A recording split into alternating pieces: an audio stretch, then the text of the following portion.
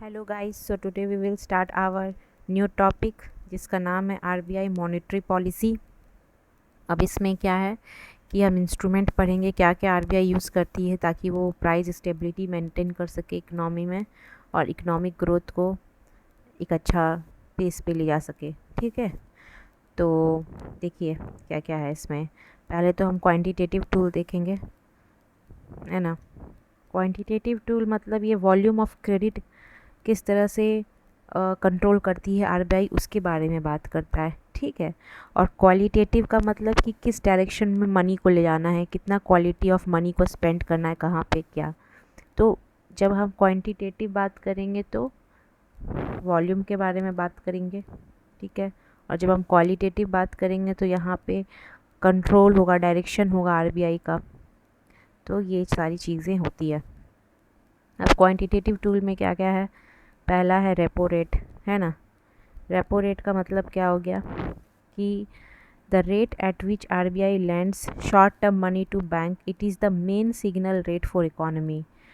Repo rate का मतलब होता है ये ऐसा इंटरेस्ट रेट है जिस पे कि बैंक बोरो करती है मनी आरबीआई से जब वो शॉर्ट ऑफ फंड, जब उनके पास होता है कि उनके पास पैसे की कमी हो गई तो वो आरबीआई से शॉर्ट टर्म पे मनी लेती है और इस मनी के बदले आरबीआई उनको इंटरेस्ट चार्ज करती है। ठीक है, और मान लो कि अगर इन्फ्लेशन चल रहा है तो उस टाइम पे क्या करेंगे, आरबीआई की रेपो रेट को हाई कर देंगे ताकि मनी सप्लाई इकोनॉमी में घट सके, है ना।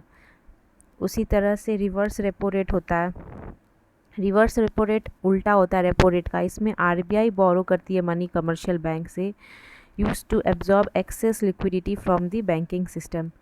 इसमें क्या होता है कि जब बैंक के पास बहुत ज़्यादा कैश होता है तो एक्स्ट्रा मनी क्या करती है, डिपॉजिट कर देती है आरबीआई के पास, जिसके बदले आरबीआई उनको इंटरेस्ट देती है ना। यहाँ पे आरबीआई इंटरेस्ट देती है बैंक्स को।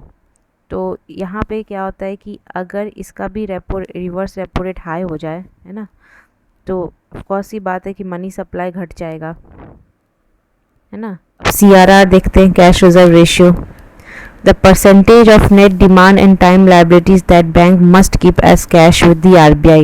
No interest is paid on these funds. इसमें क्या होता है कि जो net demand and time liabilities होता है, जैसे कि डिमांड में आ गया आपका डिमांड डिपॉजिट्स, है ना, सेविंग डिपॉजिट, और फिक्स डिपॉजिट में टाइम लाइबिलिटीज़ में फिक्स डिपॉजिट आ गया। तो ये जो भी होता है इसका एक कुछ अमाउंट ऑफ परसेंटेज बैंक को कैश के रूप में आरबीआई के साथ मेंटेन रखना पड़ता है। ठीक है, और इसके लिए आरबीआई कोई इंटरेस्ट पे नहीं करती है ना। तो जब ज़्यादा सीआरआर बढ़ा दिया जाएगा तो ज़्यादा कैश मेंटेन करना पड़ेगा और ये बैंक्स को आरबीआई के साथ। तो इससे क्या होगा कि मनी सप्लाई कम हो जाएगा ना, क्योंकि ज़्यादा मनी रहेगा नहीं इकोनॉमी में सर्कुलेट करने के लिए। उसी तरह से एसएलआर होता है, स्टैट्यूटरी लिक्विडिटी रेशियो। इसका मतलब क्या होता है कि percentage of net demand and time liabilities that bank must maintain in liquid asset. इसमें क्या होता है कि प्रपोर्शन में मेंटेन करना पड़ता है। इसमें कुछ अमाउंट गोल्ड का होना चाहिए, बॉन्ड्स का, गवर्नमेंट बॉन्ड होना चाहिए, कैश होना चाहिए। सिर्फ कैश नहीं होना चाहिए बल्कि गोल्ड, बॉन्ड और कैश में होना चाहिए, जो बैंक को इसके साथ आरबीआई के साथ मेंटेन करना पड़ता है ना। इसमें भी अगर एसएलआर ज़्यादा हो जाएगा, ज़्यादा अगर मेंटेन करना पड़ेगा तो ये भी क्या होगा कि आपका मनी सर्कुलेशन डिक्रीज करेगा, है ना। उसी तरह क्वालिटेटिव टूल होता है, डायरेक्शन ऑफ क्रेडिट, ना कि किस डायरेक्शन में जाना चाहिए। तो ये सारा जो होता है इसमें हम कहते हैं इसको क्वालिटेटिव टूल। अब क्वालिटेटिव टूल के अंदर क्या क्या आता है ना। इसमें पहला आएगा मोरल स्वासन। मोरल स्वासन का मतलब क्या समझते हैं कि देखो यहाँ बोलता है कि आरबीआई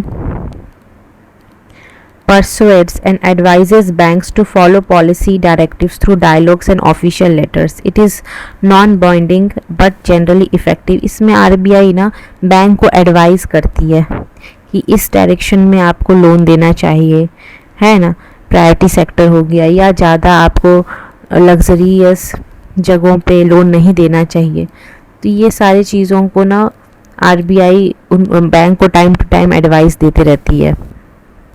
खासकर इन्फ्लेशन के टाइम पे आरबीआई बोलेगी उनको कि जो नॉन इसेंशियल लग्जरी आइटम्स है उनके ऊपर कुछ महीने के लिए आप लोन ना दो, है ना, एग्रीकल्चर की तरफ दो जहाँ पे लोग सफ़र कर रहे हैं। तो ऐसे करके एडवाइजेज जो होते हैं वो देते रहते हैं।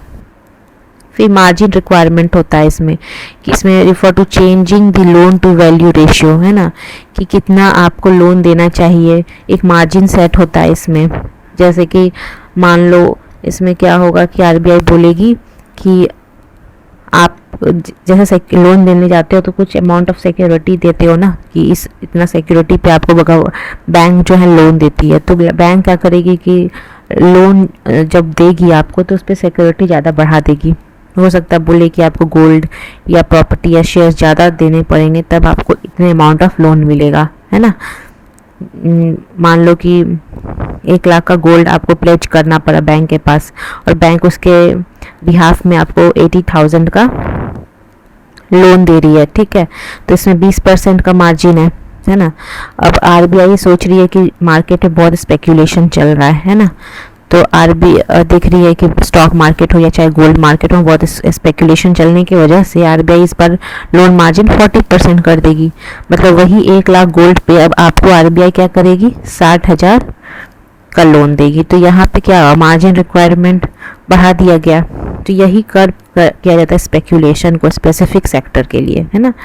उसी तरह डायरेक्ट एक्शन है, अगर आरबीआई देखेगी कि जो बैंक्स है उनके डायरेक्शंस को फॉलो नहीं कर रही जो वो बोल रहे हैं, तो उसमें फिर पेनल्टीज लगाया जाता है, रिस्ट्रिक्शंस लगाया जाता है, सैंक्शंस लगाया जाता है जब वो गाइडलाइन बैंक्स आरबीआई का फॉलो नहीं करती है। तो यही सारा टूल्स है जिसके थ्रू आरबीआई इन्फ्लेशन को कंट्रोल करती है ना, प्राइस स्टेबिलिटी मेंटेन करती है। So I hope you understood the topic.